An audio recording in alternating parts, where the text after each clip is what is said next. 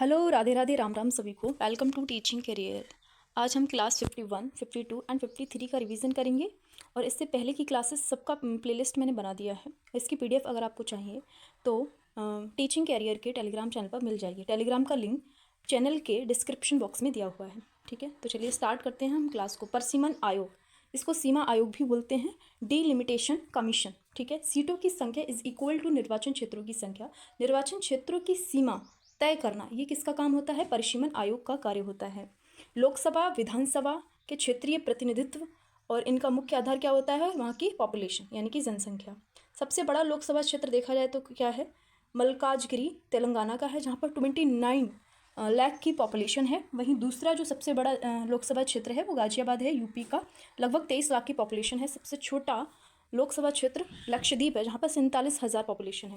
Article 82 कहता है प्रत्येक 10 वर्ष की जनसंख्या के बाद परिसीमन होगा। ठीक है। आर्टिकल 170 कहता है विधानसभा का परिसीमन के बारे में बताता है। संसद द्वारा 4 बार परिसीमन अधिनियम पारित किया गया है। कब? प्रथम परिसीमन अधिनियम आया था 1952 में, लेकिन इसका जो आयोग बना था वो कब बना था? 1952 में ही बना था। दूसरा परिसीमन अधिनियम आया था 1962 में और गठन किया गया था 1963 में। तीसरा परिसीमन अधिनियम आया था 1972 में और आयोग का गठन किया गया था 1973 में। वहीं चौथा परिसीमन अधिनियम 2002 में आया था और 2002 में ही आयोग बना। Also called Kuldeep Singh commission. कौन से को? 2002 वाले को, जो परिसीमन है 2002 वाला, उसको हम कुलदीप सिंह कमीशन के नाम से भी जानते हैं। परिसीमन आयोग का गठन राष्ट्रपति द्वारा किया जाता है परिसीमन अधिनियम के आधार पर। फिर इसका संरचना कैसी होती है? अध्यक्ष होगा, जो सुप्रीम कोर्ट के पूर्व न्यायाधीश होंगे वही अध्यक्ष होंगे। ठीक है। एक्स ऑफिशियो चेयर मेंबर्स भी होते हैं। मुख्य निर्वाचन आयुक्त प्लस संबंधित राज्यों के प्रतिनिधित्व आयुक्त होते हैं। ठीक है, एक्स ऑफिशियो चेयर मेंबर्स में। सलाहकारी हो, इसकी जो रिपोर्ट होती है वो कैसी होती है? सलाहकारी होती है। संबंधित राज्य के 10 सदस्य, 5 सदस्य लोकसभा के, 5 विधानसभा के। ठीक है। फिर है इसका कार्य क्या होता है, तो कार्य देख लेते हैं। आर्टिकल 82 कहता है लोकसभा का परिसीमन। आर्टिकल 170 कहता है विधानसभा का परिसीमन। एससी और एसटी की सीटों का आरक्षण राज्य में एससी एसटी जनसंख्या के आधार पर होगा, schedule caste and schedule tribe. Article 330 कहता है लोकसभा में एससी और एसटी आरक्षण 84 सीट्स हैं आरक्षण के लिए। वहीं आर्टिकल 332 आर्टिकल 332 बताता है विधानसभा में एससी एंड एसटी का आरक्षण कितनी सीटों पर है? 47 सीटों पर है। तो टोटल कितना हो गया? 131, 84 प्लस 47। परिसीमन का मुख्य आधार क्या होता है? वहाँ की पॉपुलेशन होती है। 1971 के आधार पर, जहाँ पर 42वां संविधान संशोधन होता है 1976 में, उसके आधार पर जो पॉपुलेशन है उसको क्या किया गया था? 2001 तक कोई परिवर्तन नहीं होगा, ऐसा बोला गया था। और 84th कॉन्स्टिट्यूशन अमेंडमेंट होता है जिसमें सीटों की जनसंख्या 2026 तक यथावत रहेगी, ऐसा कर दिया गया। विधानसभा सीटों का परिसीमन 2001 की जनगणना के आधार पर किया गया है। निर्वाचन आयोग, इलेक्शन कमीशन नेक्स्ट हमारा कमीशन है। इसका गठन 25 जनवरी 1950 को हुआ था और भाग 15 में इसका जिक्र किया गया है। अनुच्छेद 324 से 329 इसके लिए दिए गए हैं इलेक्शन कमीशन के लिए। आर्टिकल 324 कहता है इलेक्शन कमीशन के बारे में। आर्टिकल 325 कहता है अपात्र धर्म जाति मूलवंश, यानी कि किसी को भी धर्म जाति या मूलवंश के आधार पर डिस्क्रिमिनेट नहीं किया जाएगा, उसे अपात्र नहीं माना जाएगा। 326 कहता है वयस्क मताधिकार के बारे में, और ये कब जोड़ा गया था? 61वां कॉन्स्टिट्यूशन अमेंडमेंट 1989 होता है। हमारे यहाँ पर जो वयस्क मताधिकार की जो उम्र है वो कितनी है? 18 वर्ष है ना। 18 वर्ष का कोई भी व्यक्ति मताधिकार का, उसे अधिकार होता है वोट देने का। 327 कहता है संसद के निर्वाचन संबंधी अधिकार। आर्टिकल 328 कहता है विधानमंडल के निर्वाचन संबंधी अधिकार। वहीं आर्टिकल 329 कहता है चुनावी मामलों में न्यायालय का हस्तक्षेप नहीं होगा। इसकी संरचना क्या होती है? एक मुख्य निर्वाचन आयुक्त होते हैं और प्लस 2 अन्य चुनाव आयुक्त होते हैं, जिनकी उम्र सीमा क्या होती है? 2 अन्य जो होते हैं उनकी 6 वर्ष हो या 62 वर्ष। ठीक है। और वहीं मुख्य निर्वाचन आयुक्त जो होते हैं, चीफ इलेक्शन कमिश्नर, उनकी होती है 6 या 65 वर्ष के लिए। इनकी जो सैलरी होती है 2.80 लाख यानी कि 2,80,000 रुपये इनकी सैलरी होती है। पद से हटाना कैसी प्रक्रिया होती है इनकी? सर्वोच्च न्यायालय के न्यायाधीश की जैसे ही इनकी सेम प्रक्रिया होती है, इन्हें पद से जब हटाया जाता है। इसके कार्य क्या होते हैं? कार्य देख लेते हैं। निर्वाचक नामावली तैयार करना, निर्वाचन क्षेत्रों का परिसीमन, चुनाव तिथियों का निर्धारण करना, आचार संहिता लागू करना, राज्य के निर्वाचन आयुक्तों की नियुक्ति करना, राजनीतिक दलों को मान्यता देना। ठीक है। नेक्स्ट है चुनाव चिन्हों का आवंटन। ये सब इसके कार्य होते हैं। 1989 में क्या हुआ था? 3 सदस्यीय निकाय इसे बनाया गया था। उससे पहले 1 सदस्यीय निकाय था। फिर 1950 में 1989 जो मैंने अभी बताया कि एक मेंबर का था ये, उसके बाद 3 सदस्यीय हुआ 1989 में, फिर से ये 1 सदस्यीय हुआ कब? 1990 से 1992 के बीच में, और फिर 1 अक्टूबर 1993 से अब तक ये 3 सदस्यीय निकाय है। इसमें 3 सदस्य होते हैं, एक मेन जो चीफ इलेक्शन कमिश्नर होते हैं और 2 अन्य सदस्य होते हैं। ठीक है। पहले चीफ इलेक्शन कमिश्नर कौन थे? सुकुमार सेन थे 1950 से 58 तक। सेकंड जो थे वो के सुंदरम थे। और 9th नंबर के या फिर फर्स्ट फीमेल हम इन्हें बोलें तो VS रमादेवी थी। और वर्तमान में ज्ञानेश कुमार हैं जो 26वें नंबर के हैं। ठीक है, वित्त आयोग के बारे में बात कर लेते हैं। नेक्स्ट हमारा कमीशन है वित्त आयोग, फाइनेंस कमीशन। इसका गठन 22 नवंबर 1951 को हुआ। भाग 12 में इसका जिक्र है।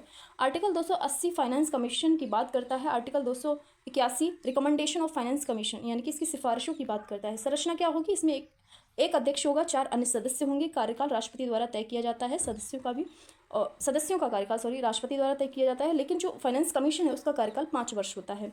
रिपोर्ट एनुअली जाती है किसको? प्रेसिडेंट को। एनुअली मतलब वार्षिक रूप से। इसके कार्य क्या होते हैं? संघ और राज्यों के मध्य करों का वितरण कैसे हो? रिपोर्ट्स कैसी होगी इनकी? सलाहकारी होगी, एडवाइजरी रिपोर्ट होती है इनकी। First chairman of finance commission कौन थे? KC नियोगी थे 1952 से 57 तक। Second chairman of finance commission K Santhanam थे। और थर्ड जो चेयरमैन थे वो कौन थे? AK चंद्रा थे। वहीं 8th नंबर के YV चौहान थे। और 12th नंबर के 12वीं नंबर के C रंगराजन थे। 13वीं नंबर के कौन थे? विजय केलकर थे। और 15th नंबर के NK सिंह थे। वहीं 16th नंबर के 16वें जो अभी हैं हमारे फाइनेंस कमीशन के चेयरमैन वो कौन है? अरविंद पनगड़िया हैं करंटली। ठीक है, फिर अब अगला टॉपिक है हमारा लोक सेवाएं, पब्लिक सर्विसेज क्या होती हैं उनके बारे में बात कर लेते हैं। 3 प्रकार की मिली इंडिया में देखने को मिलती हैं। अखिल भारतीय सेवाएं पहले नंबर पे हैं, जो आर्टिकल 312 में इनका जिक्र दिया गया है। ऑल इंडिया सर्विसेज, ये 3 प्रकार होते हैं इसमें, मतलब 3 तरह के ऑफिसर्स होते हैं, IAS, IPS एंड IFS। ठीक है, IAS के लिए जो ट्रेनिंग दी जाती है वो लवसना है, मसूरी उत्तराखंड में। वहीं IPS के लिए ट्रेनिंग कहाँ दी जाती है? SBBPNPA हैदराबाद में है ये। IFS के लिए जो 1966 में इसमें जोड़ा गया था, IGNFA देहरादून में इनके लिए ट्रेनिंग दी जाती है। ठीक है, दूसरे नंबर पर आती हैं केंद्रीय सेवाएं जिनको बोलते हैं सेंट्रल सर्विसेज। भारतीय विदेश सेवा IFS, इंडियन फॉरेन सर्विस, भारतीय रेल सेवा, इंडियन रेलवे सर्विस, और भारतीय डाक सेवा, पोस्टल जिसको बोलते हैं पोस्टल सर्विस, ये आती हैं केंद्रीय सेवा में। ठीक है, देखा जाए तो मेनली जो जॉब्स होती हैं वो 4 प्रकार की सर ने बताई थी कि ग्रुप A और ग्रुप B जो गेजेटेड पोस्ट होते हैं, राजपत्रित पद होते हैं। ग्रुप C क्लर्क लेवल की होती है। ग्रुप D जो है वो श्रमिक होती है। ठीक है, तीसरे नंबर पर आती हैं राज्य सेवाएं, इनको बोलते हैं हम स्टेट सर्विसेज।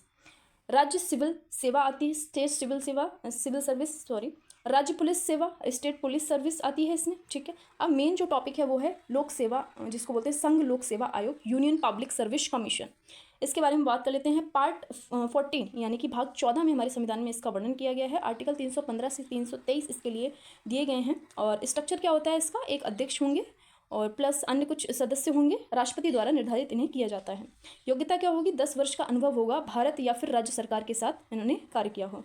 इनकी पुनर्नियुक्ति नहीं होती, यानी कि एक बार जिस व्यक्ति की नियुक्ति अध्यक्ष या फिर अन्य अध्यक्ष सदस्यों के रूप में हो जाए उनकी दोबारा से पुनः से नियुक्ति नहीं होगी। कार्यकाल होता है 6 से 65 वर्ष के लिए, 6 या फिर 65 वर्ष पूरी कर रहा हो। त्यागपत्र किसको देंगे? ये प्रेसिडेंट को त्यागपत्र देते हैं। अब कार्य क्या होता है इनका, तो कार्य देख लेते हैं। अखिल भारतीय सेवाओं का आयोजन कराना, संयुक्त परीक्षा का भी आयोजन कराना भी इनका ही कार्य होता है। संयुक्त परीक्षा मतलब सर ने बताया था कि 2 राज्यों की अगर परीक्षा होनी है तो यूनियन उसमें इंटरफेयर कर सकता है। ठीक है, वो उसकी परीक्षाएं करा सकता है। केंद्र प्लस केंद्र शासित प्रदेशों में भी ये अपनी कार्य करते हैं। रिपोर्ट किसको देंगे? वार्षिक रूप से राष्ट्रपति को देंगे। राष्ट्रपति संसद में पेश करता है और ये रिपोर्ट सलाहकारी होती है, लेकिन ना मानने का कारण देना होगा संसद को। ठीक है, लोक सेवा आयोग का गठन 1 अक्टूबर 1926 को हुआ था। 1935 का जो एक्ट था FPSC federal public service commission इसका नाम हुआ था 1935 में। वहीं 1950 में इसका नाम UPSC हो गया, union public service commission. Article 315 कहता है UPSC और स्टेट PSC का गठन के बारे में बताता है। आर्टिकल 316 कहता है UPSC और SPSC के सदस्यों की नियुक्ति और पदावधि के बारे में, जो राष्ट्रपति, केंद्र में राष्ट्रपति और राज्य में राज्यपाल द्वारा इनकी नियुक्ति की क्या करी जाती है। ठीक है, आर्टिकल 317 कहता है पद से हटाने की प्रक्रिया निलंबन राष्ट्रपति द्वारा और प्लस सुप्रीम कोर्ट के सलाह पर होता है। कारण क्या होंगे? या तो वो व्यक्ति असमर्थ है या दिवालिया है या दुर्व्यवहार उसने किया है। ठीक है, आर्टिकल 318 कहता है सेवाएं एंड शर्तें राष्ट्रपति द्वारा, और आर्टिकल 320 कहता है UPSC एंड स्टेट PSC के कार्यों के बारे में बताता है। Article 323 UPSC and state PSC की रिपोर्ट के बारे में बताते हैं। रिपोर्ट कैसे दी जाएगी? रिपोर्ट ये देते हैं, UPSC किसको देगा? प्रेसिडेंट को, और SPSC किसको देगा? गवर्नर को। गवर्नर इसको विधानमंडल में पेश करता है और प्रेसिडेंट इसको संसद में पेश करता है। ठीक है, फिर नेक्स्ट फैक्ट हैं कुछ देख लेते हैं। UPSC के पहले जो अध्यक्ष थे वो कौन थे? रॉस वॉकर थे 1926 से 1932 तक। UPSC के जो सेकंड देखे जाएँ तो कौन थे? डेविड पैट्री थे यूपीएससी के पहले भारतीय अध्यक्ष कौन थे? एच के कृपलानी थे। 1947 से 49 तक यूपीएससी की पहली महिला जो थी अध्यक्ष वो कौन थी? रोज मिलियन मैथ्यू थी। यूपीएससी की वर्तमान देखी जाए तो अध्यक्ष कौन है? प्रीति सूदन है। जांच समिति क्या होती है? एक जांच समिति थी वाई के योगेंद्र कुमार अलग कमेटी 19 जुलाई 2000 में इसे गठित किया गया था। ठीक है, ये प्रीवियस ईयर क्वेश्चन है इसलिए सर ने पढ़ाया था। नेक्स्ट हमारा टॉपिक है ऑफिशियल लैंग्वेज। ठीक है, राजभाषा। इसके लिए जिक्र किसमें है? भाग 17 में है। अनुच्छेद 343 से 351 में इसका जिक्र है राजभाषा का। आर्टिकल 343 का क्लॉज 1 कहता है संघ की राजभाषा क्या होगी? हिंदी, और लिपि देवनागरी है। 14 सितंबर 1949 को राजभाषा डिक्लेयर किया गया था हिंदी को। भारत की कोई राष्ट्रभाषा नहीं है, केवल राजभाषा है, क्योंकि सर ने इसका कारण दिया था कि अगर राष्ट्रभाषा हिंदी को मान लिया जाएगा तो और भी तो लैंग्वेजेस हैं, द्रविड़ परिवार की बहुत सारी भाषा हैं, तो उनका मान रखने के लिए हमें जो हिंदी है उसको राजभाषा डिक्लेयर किया था। आर्टिकल 344 कहता है राजभाषा आयोग ऑफिशियल लैंग्वेज कमीशन के बारे में बताता है। पहला राजभाषा आयोग का गठन किया गया था 7 अप्रैल 1955 में, और इसकी रिपोर्ट कब आई थी? 31 जुलाई 1956 को। अध्यक्ष कौन थे? वीजी खैर थे। संविधान लागू होने के 15 वर्षों तक हिंदी के साथ अंग्रेजी भाषा का प्रयोग किया गया था। आर्टिकल 345 कहता है राज्य की राजभाषा के बारे में बताता है, और आर्टिकल 348 कहता है सुप्रीम कोर्ट या फिर हाई कोर्ट की भाषा किस प्रकार की होगी? तो देखिए, सुप्रीम कोर्ट में आदेश, निर्णय और सुनवाई तीनों ही इंग्लिश में होते हैं, लेकिन हाई कोर्ट में आदेश और निर्णय तो इंग्लिश में होंगे, लेकिन जो सुनवाई है ना वो अन्य भाषा में भी हो सकती है, उसके लिए परमिशन लेनी होती है। आर्टिकल 351 कहता है हिंदी भाषा के विकास के लिए निर्देश दिए गए हैं। नेक्स्ट टॉपिक है हमारा लोकपाल। लोकपाल के बारे में पढ़ लेते हैं। सबसे पहले देखा जाए तो ये कॉन्सेप्ट कहाँ पर था? स्वीडन में था 1809 से, और एम्बेड्समैन ये था, और भारत में प्रथम प्रशासनिक सुधार आयोग ने सिफारिश की थी। सबसे पहले लोकपाल शब्द का प्रयोग LM सिंघवी ने किया था। पहला लोकपाल बिल 1968 में आया था।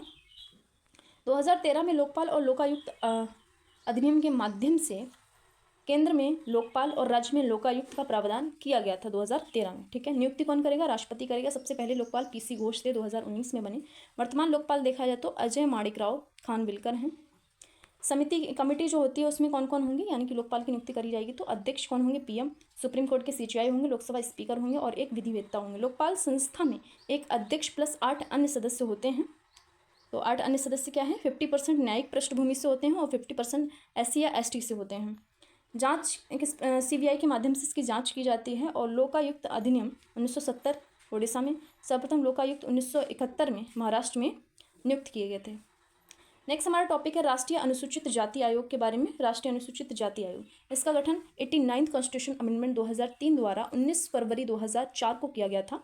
स्थापना NCST national commission for scheduled tribe, national commission for scheduled caste 1978 में थे। ये दोनों मिले हुए थे, लेकिन दोनों को अलग 2004 में कर दिया गया था। ठीक है, नेशनल शेड्यूल्ड कास्ट कमीशन बनती नहीं, आर्टिकल 338 है इसके लिए। नेशनल शेड्यूल्ड ट्राइब कमीशन के लिए आर्टिकल 338 का क्लॉज A है। अधिकार क्षेत्र किस में आता है, यानी कि कौन सी मिनिस्ट्री के अंदर आता है? तो ministry of social justice and empowerment के अंदर आता है। मुख्यालय नई दिल्ली में है इसका। संरचना देखी जाए तो इसमें कौन कौन होगा? एक अध्यक्ष होगा, उपाध्यक्ष होंगे और 3 अन्य सदस्य होंगे। नियुक्ति राष्ट्रपति करेंगे और कार्यकाल 3 वर्ष का होता है। प्रथम अध्यक्ष सूरज भान थे 2004 में, और वर्तमान में देखा जाए तो किशोर मकवाना है।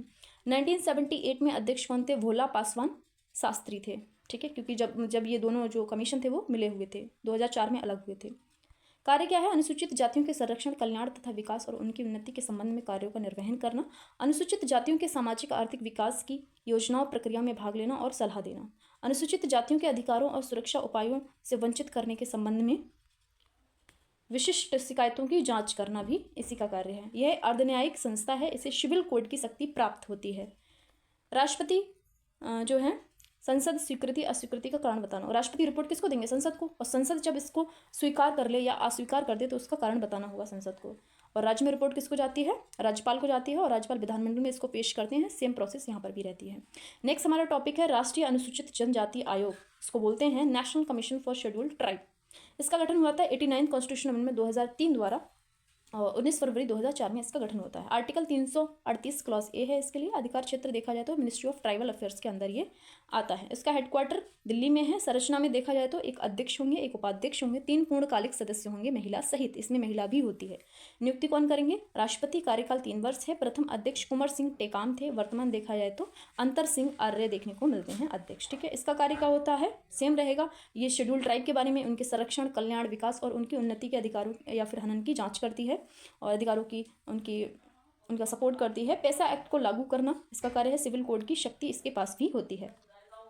फिर नेक्स्ट जो हमारा है कमीशन वो है राष्ट्रीय पिछड़ा वर्ग आयोग, जिसको बोलते हैं इंग्लिश में, इसको बोलते हैं national commission for backward classes. ये एक संवैधानिक निकाय है, सामाजिक, आर्थिक, शैक्षणिक और सांस्कृतिक रूप से पिछड़े वर्गों के हितों की रक्षा करता है। स्थापना होती है 14 अगस्त 1993 में। इंपॉर्टेंट है। 102 कॉन्स्टिट्यूशन अमेंडमेंट होता है 2018 में, जिसमें national commission for backward classes में 2 अनुच्छेदों को ऐड किया गया था। आर्टिकल 338B सेक्शन बी, इसमें बोला है सामाजिक और शैक्षणिक रूप से पिछड़े वर्गों से संबंधित शिकायतें और कल्याणकारी कार्यों की जांच की जाएगी। कल्याणकारी आयोग की, sorry.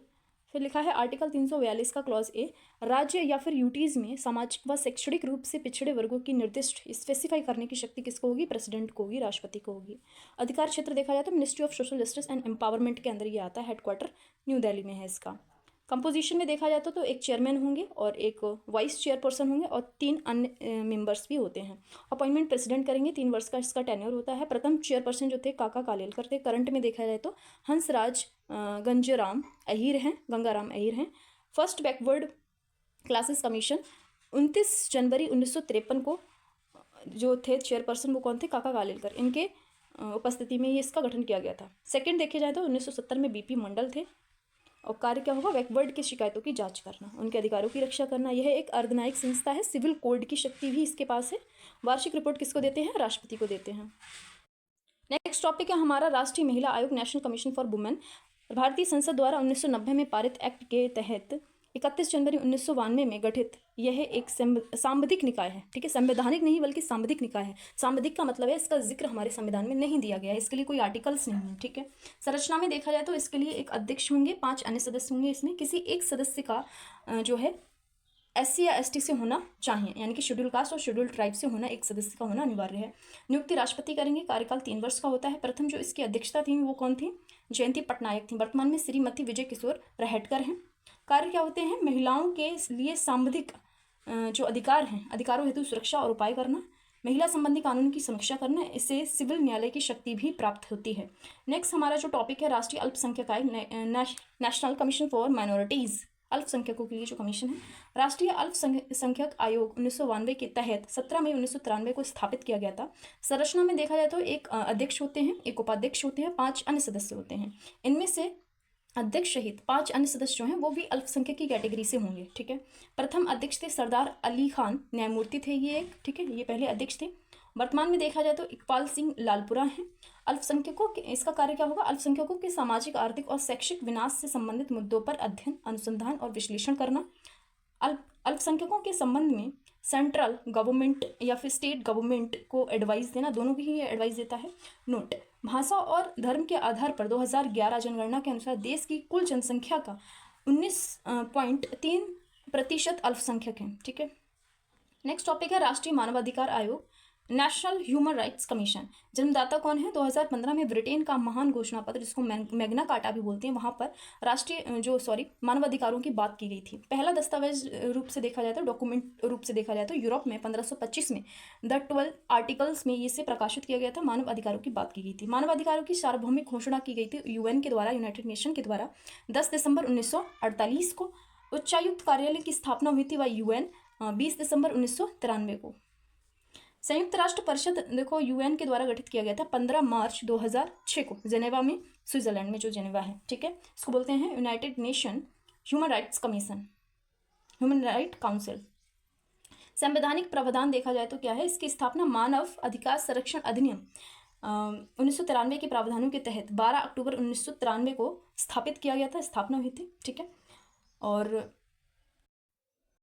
Protection of human rights अधिनियम को मानव अधिकार संरक्षण एक्ट जिसको बोलते हैं 2006 तथा मानव अधिकार अधिनियम 2019 के द्वारा संशोधित किया गया था। Protection of human right act में क्या था, चैप्टर थे 8 और सेक्शंस कितने थे 43। आदर्श वाक्य क्या है इसका, सर्व भवन्तु सुखिनः। स्ट्रक्चर में देखा जाए तो यानी कि संरचना में एक चेयरपर्सन होंगे, 5 फुल टाइम मेंबर्स होंगे, प्लस जो 7 ऑनररी मेंबर्स होंगे इसके, ठीक है। अध्यक्ष देखा जाए तो भारत का पूर्व मुख्य न्यायाधीश या फिर सुप्रीम कोर्ट के मुख्य न्यायाधीश होंगे। प्रथम जो अध्यक्ष हैं वो कौन थे, रंगनाथ मिश्र थे। वर्तमान में वी रामा सुब्रमण्यम है। मुख्यालय इसका नई दिल्ली में है। शासी निकाय गृह मंत्रालय के अंदर आता है ये, होम मिनिस्ट्री।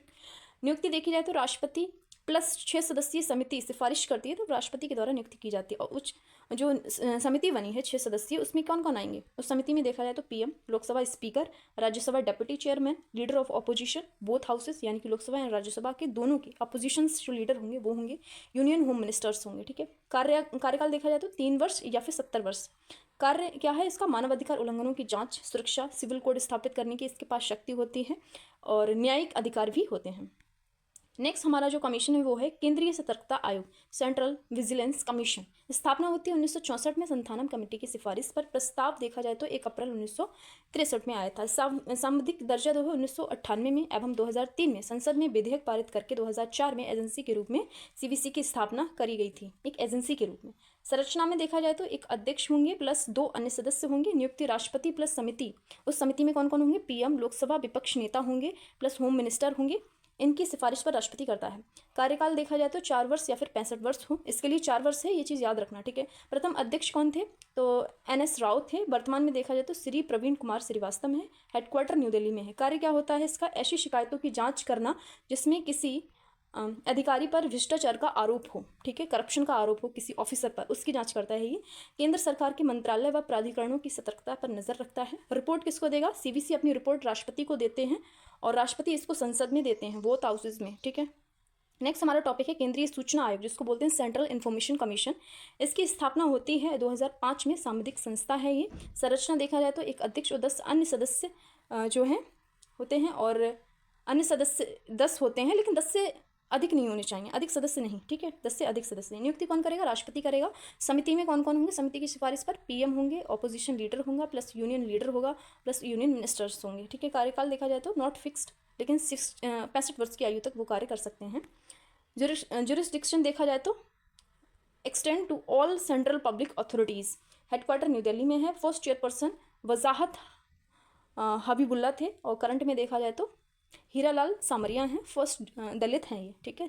फंक्शंस देखे जाएं, इसके कार्य क्या क्या हैं। आयोग किसी भी विषय पर प्राप्त जानकारी के मामले में संबंधित व्यक्ति से पूछताछ करता है। इसके पास सिविल कोड की शक्तियां भी प्राप्त होती हैं। तो ये थी हमारी क्लास। इसकी PDF आपको जो चैनल है उसके मेन डिस्क्रिप्शन बॉक्स में लिंक है टेलीग्राम का, वहाँ से ज्वाइन करिए। PDF सबके वहाँ पर डले हुए हैं। और थैंक्स फॉर वॉचिंग, मिलते हैं अगले सेशन में या फिर कहें अगली सीरीज़ में, ठीक है। Thanks for watching.